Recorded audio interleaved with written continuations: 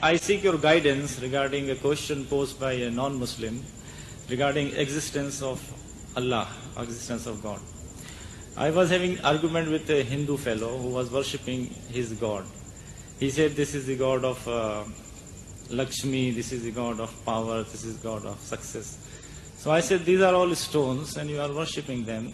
Why don't you become Muslim and worship the Allah? He said that if you prove to me that Allah exists, then I will become Muslim. I told him that God has created you, God has created me, He has created the entire world, the mountains, the sky, the earth, the sun, the moon. And so God is there. He said these are all the indirect evidences of existence of God. He said if you give me some direct evidence of existence of God, then I will become Muslim. I told him that okay, if you are not convinced with this, then you tell me what is the direct evidence of God, existence of God. Then he said I don't have, that's why I am worshipping these gods, so many gods. So I seek your guidance in this connection. What should I tell him now? You see, it depends upon the capacity of the individual. Everyone, you haven't got a set line of arguments, debates. The person, what are his capacities, understanding? With regards to the existence of God, the very simplest of thing is, it says God exists because we exist. Allah tells us in the Holy Quran a line of approach. He says, كَيْفَ تَكْفُرُونَ بِاللَّهِ? How can you not believe in Allah?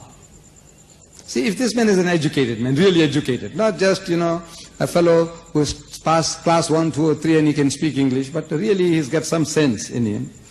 He's reasoning with us, Allah is reasoning with us. So, كَيْفَ تَكْفُرُونَ بِاللَّهِ? How can you not believe in Allah?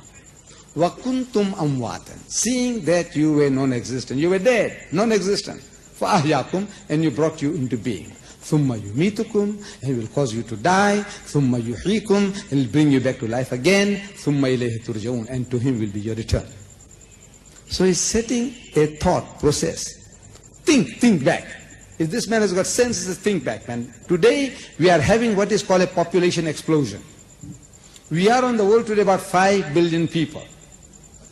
If you can grasp that 5 billion today we are on earth. He said, no, I know that. Population explosion, they're trying to say, let different countries reduce your birth rate. It's a population explosion. But as you go back into history, the population starts dwindling. Until, let's say, 6,000, 10,000, 50,000 years ago, you come to almost nothing, a pair. And even before that, according to your understanding, who, if you have got some education, is talking about evolution taking place. Let's agree with him for a moment. I said, look, when this evolution came, there was no man. From the primordial substance in the mire, in the sea, the amoeba started, and according to his explanation, let's agree with him. These things came into being. Right. Man came into being, and the elephant and the snake and the flea, everything came from that primordial substance. I said, yes. Before that, you say that the earth was a molten mass. Nothing, no life. No plants, no animal, nothing. I say, yes. He agrees with you. That's what they say. You're only using his knowledge. What he knows. If he knows, now you can talk to him. So look, there was nothing. You say, how did life come? Where did it come from? So he said, well, it just came like that. He said, what? You explain how it started.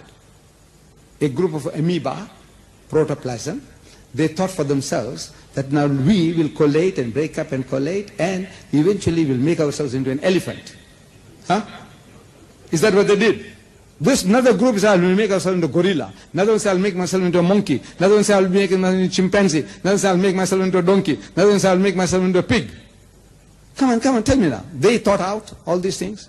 This amoeba, which got no brains, it had the brains, now created this man. He said, must have eyebrows. So look at your eyes, how it is protected. How many times you had blue eyes and your eye was not damaged because of this construction. Man, each and everything is a miracle. Man is a miracle. But we are so close to ourselves that we don't see it. Ask the doctor, the biologist, the physiologist, and man, you start speaking about the heart, the lungs, the kidneys, each and every, their fingernails. Your teeth. When you go to the dentist and you go and see the diagrams of the teeth, what it consists of. Each and everything is a miracle. You thought it out? That amoeba thought it out? He said, yes. He said, look, you are the most superstitious guy on earth. Any little thing you see, you say somebody made it. This little pin, I have a pin. Yeah. This one has a big head. I don't know whether you can see it from there. I said, it came by itself. You said, no, the guy's mad. Somebody made it. A matchstick.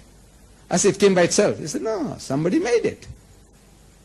Look, if somebody told you it just came by itself, you say, he's mad, he's a lunatic. Nothing can come by itself. Somebody made it. This most complex machine, it came by itself. It thought out for itself everything, what you're doing about yourself. Each and every little thing about him, in the eardrums, the balance, that I can keep on standing here, not fall down, I'm straight. All this, what is doing it? All this is come by accident. There is a creator. The only thing is in the concept. You see, he's worshipping men and monkeys, elephants and snakes, and he wants to justify that. See, it's the concept. Reason with him, but of course, as I said, now it depends upon his background and experience. I can't just give you a pat answer. Say, look, just tell him this, and he'll be satisfied. You got to find out from him, like suppose now I had a chance of meeting the fellow, and as soon as he starts opening his mouth, I said, what is this, man? So everybody, you have to deal with them individually, according to the background and experience. And there is a tape available, you might enjoy it, tape available from Hinduism to Islam. In other words, I'm explaining my people, ancestors were Hindus, and how we became Muslims, and from what to what. And it explains all this, most of this, what we have, this problem. Show him, he'll enjoy it, and inshallah you'll also enjoy it.